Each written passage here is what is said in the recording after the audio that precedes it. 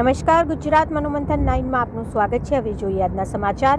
ચૈત્ર નવરાત્રિ નિમિત્તે 7મા નોરતાના દિવસે સુરતના નવાપુરા નવી સડક મુકામે છેલ્લા 16 વર્ષથી કન્યા પૂજન ગોળણીનું આયોજન કરવામાં આવી રહ્યું છે।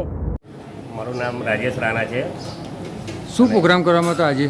આજે અમારો અહીં લગભગ અમે 16 વર્ષથી અહીં કન્યા પૂજન ગોળણી રાખીએ છીએ, જેમાં 12 વર્ષ સુધીની નાની નાની બાલાઓને અમે જમાડીએ છીએ ખીર, પૂરી, દૂધપાક, લીલા મગ બધું બનાવીને, અને ત્યારબાદ એ બધી બાલિકાઓને અમે ગિફ્ટ અને ભેટ આપીએ છીએ।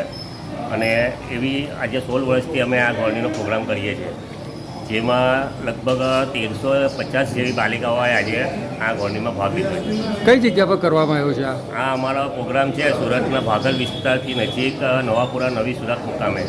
અમારી સંસ્થા છે new nice for charitable trust, અને એ સંસ્થા મારફત અમે આ પ્રોગ્રામ કરીએ છીએ, જેમાં સહયોગી ફાળો બધાઓ આપે છે, અને એમાં અમે આ પ્રોગ્રામો કરીએ છીએ। કેટલા પ્રોગ્રામ કર્યા છે આવા તમે?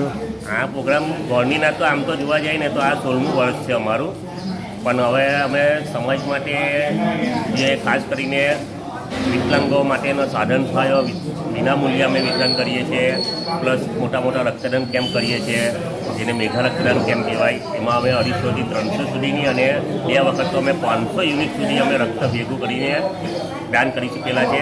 અને એવા તો ઘણા બધા પ્રોગ્રામો કરીએ છીએ। વિકલાંગોને જે સાધન સહાય જોઈતી હોય તે દરેક સાધન સહાય અમે વિનામૂલ્યે અહીં આપીએ છીએ।